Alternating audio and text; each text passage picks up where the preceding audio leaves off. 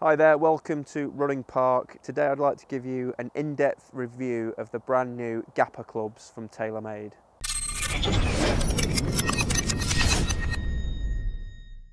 Okay, TaylorMade GAPR clubs. What are they? Who are they aimed at? What is the thinking behind them? Well, first impressions of these clubs are we saw them at the Open for the first time. We saw Tiger Woods using one. I spent a little bit of time with TaylorMade and Dustin Johnson messing about with some of these up in Carnoustie. But it's not just one club, it's three clubs, and there's three very different clubs here, if you like. And the theory behind them, really, the name gives it away a little bit. It's about trying to fill those gaps at the top end of your bag. TaylorMade say that there's not been much development in hybrids or sort of like fairway woods to really try and address this issue that a lot of golfers have, and it's kind of hitting our numbers consistently, sort of like between our driver and between our sort of longest iron, if you like. They believe that there's been a bit of a shift towards more people wanting more of a utility iron style club as opposed to a hybrid or a fairway wood, on the basis that they feel like just going to be a little bit more versatility and control from these clubs. So first impressions are they come with a head cover. That's not something that we're not really used to from sort of utility irons, and there's three obviously. So we've got the GAPR Lo, which does what it says on the tin. It's going to hit the ball a little bit lower.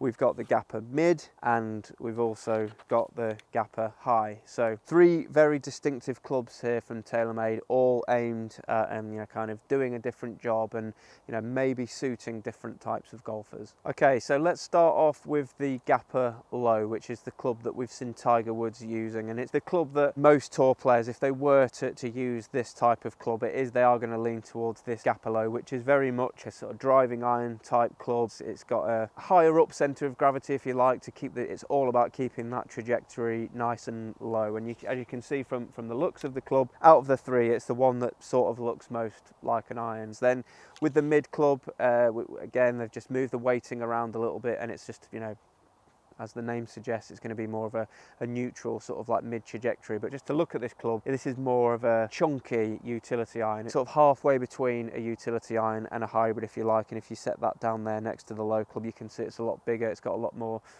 weight on there, which is just going to help get the ball up in the air a little bit more easily. And then finally, we've got the GAPR Hi, which to me, it looks a lot more like a traditional TaylorMade rescue club or a hybrid club. It's still a lot smaller than what you would expect a hybrid or a rescue club to be, but like I say, it's definitely leaning more towards the sort of fairway metal type of club. And what TaylorMade have done with this club is they've moved that centre of gravity low and back just to help you get the ball in the air nice and easily. So if you're a player that doesn't hit it very high and wants to hit it a little bit higher, the GAPR Hi might work for you. If you're a player like me, where you hit it too high, too much spin a lot of the time, then the GAPR Lo might work best for you. Just a little bit more, I will get onto the performance of these clubs eventually, but just a little bit more on the technology. Again, we've got TaylorMade sort of speed pocket technology in these clubs, which has been working really well for them over the years, which is all about just improving that ball speed right across the face. So you've got quite a good heel to toe forgiveness. And we've also got some technology that they've added into their P790 irons, which is the speed foam technology. Now, people laugh at this technology because it's got a funny name, but it does actually serve quite an important purpose. If you think about these clubs, and if you think about the P790 irons, they're hollow headed golf clubs, which what that's going to do is it's going to allow that sort of face to flex quite a lot, and it's going to send the ball nice and far, lots of ball speed, but it's going to sound and feel absolutely horrible. It's going to feel hollow, it's going to feel dull. So what this speed foam does, it really just it still gives these sort of, you still get the performance from that hollow head, but you're going to get a more of a solid, crisper, more pleasing sound and feel. Also to mention on these clubs, they're all adjustable from a loft point of view, so when it comes to fitting and like TaylorMade say, these clubs are all about dialing in those gaps, getting those numbers right. So they have actually got adjustability on the hosel. If you want to go hit it a little bit high, hit it a little bit lower, then it's about fine tuning those gaps at the top end of the bag like we talked about. So that's interesting to see, because with the sort of like TaylorMade P790 UDI iron, that wasn't an adjustable club. And the shaft's quite interesting here. We've got the KBS hybrid shaft as a sort of a stock option in all of these clubs, just in varying weights of 60, 70, 80 degrees stiff, extra stiff. And I've been testing these out in the KBS hybrid shaft in the 80 stiff, we've got a nice Golf Pride Tour velvet grip on there as well. So hopefully that explains to you what these clubs are, you know, what's the thinking behind them, what's the technology, but let's have a little look on how they actually perform and whether or not, you know, the low, the mid or the high is going to be the best club for me. So let's start off with the GAPR Lo. How did this iron perform for me? Well, I think if you set it down behind the ball, it looks a lot more friendly than the P790 UDI iron that we have tested out recently, which you can check out that review on our channel and on our website. So yeah, it looks a little bit friendlier to hit. Doesn't look as visually appealing because of this black finish. I don't know, it just looks a little bit odd for an iron. I think back to sort of like the original Ping crossovers. They were good clubs, performed well, but they did just look a little bit weird. But from a hitting point of view, like I said, I first hit this club at the TaylorMade launch event, and we had it set up on the driving range with the TrackMans, and the numbers I was getting for this club were absolutely fantastic. I was getting carry 230 yards on my absolute best one, sometimes running out to 255, 260. So my initial impressions on that were absolutely fantastic. But like I say, really warm day, TrackMan, premium balls, it was all working really well. So then I took this club with me back to the driving range here in Leeds, had the SkyTrack launch monitor set up. I was using range balls, premium range balls, but not quite the same as the sort of premium TP5 balls that we were testing with initially, and I wasn't quite seeing the numbers that were as good at the launch event. So the numbers that I was getting with the GAPR Lo on the TrackMan was more like a carry, just over 200 yards, sort of like 205 to sort of 210 on the carry, totaling out sort of like 220, 230. So very similar to the TaylorMade P790 UDI 2 iron. Launch numbers were good for me, wasn't launching too high. I was launching at about 10 degrees, which is actually brilliant. That was actually a little bit lower for me than the P790, so that was interesting for me to see.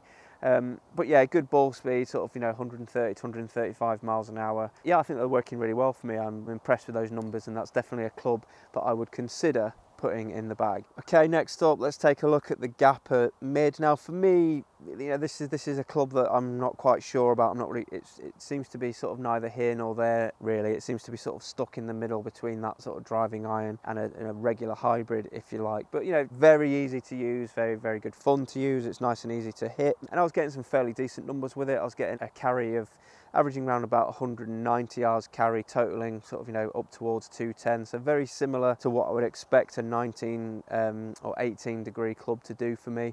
But it's, I think for me to put this sort of club in the bag, it has to be something doing a little bit different, and I didn't really feel like it was doing much different to the Low. But the Low, to me, I was just getting better numbers. It was just going a little bit further, flying a little bit lower, running out a little bit more ball speed, but still pretty good. Perhaps just putting me off a little bit from the sort of unusual head shape on the GAPR Mid. And then with the GAPR Hi, I've got 4 here, which is 22 degrees, so same as the current 4 hybrid I use. Works really well.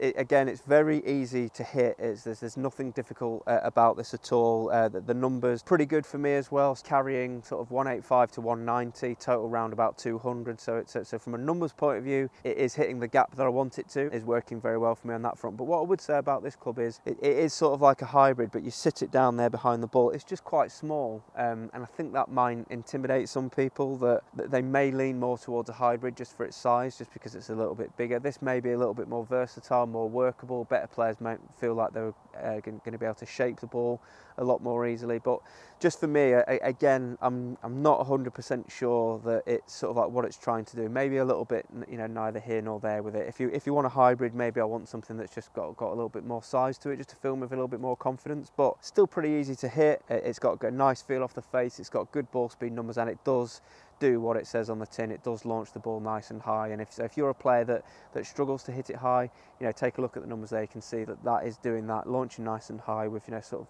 you know, good ball speed and spin. Okay, so in conclusion about these GAPR clubs, I like TaylorMade's thinking with them, because, you know, I have to be honest with you that the area of my golf bag which causes me most concern, and it's the area of my golf bag that is probably in that constant state of flux, if you like, it is that top end of the bag. You know, hybrid, 3 hybrid, 4 hybrid, 5 wood, never quite sure you know, where I'm going to go with that. So I like that they're trying to tackle a definite, you know, we talk in the office a lot about this, and it is the area that people are constantly tweaking and changing. So I think, you know, it's right that TaylorMade are trying to address you know, those sorts of issues. Of the three clubs, I think it's the GAPR Lo which is the one that I would definitely be leaning towards, because I've hit these two side by side, the 3 and the 2, and I just didn't really feel like there was enough difference between them, but the 2 was just giving me a little bit extra, a little bit more run out, a little bit more distance. So from a gapping point of view of what it's supposed to do, I'd really be looking at this instead of a 3-wood, so I need to just get maximum distance, get it up there as a